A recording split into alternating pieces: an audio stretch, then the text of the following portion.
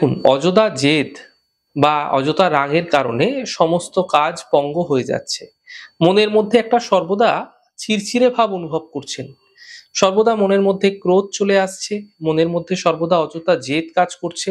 আপনি চাইছেন এই সমস্যাগুলি আপনার মন থেকে দূর হোক, কিন্তু কোনোভাবেই আপনার মন থেকে এই সমস্যাগুলি দূর হচ্ছে না। কি করবেন?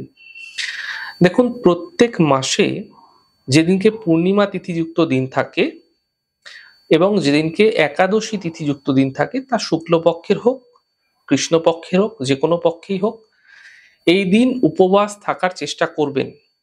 দেখুন, শরীর পারমিট করছে না তো ফলাহার করুন, সাত্ত্বিক ভোজন করুন, যতটা সম্ভব চেষ্টা করবেন। অন্ততপক্ষে একদিন চেষ্টা করুন।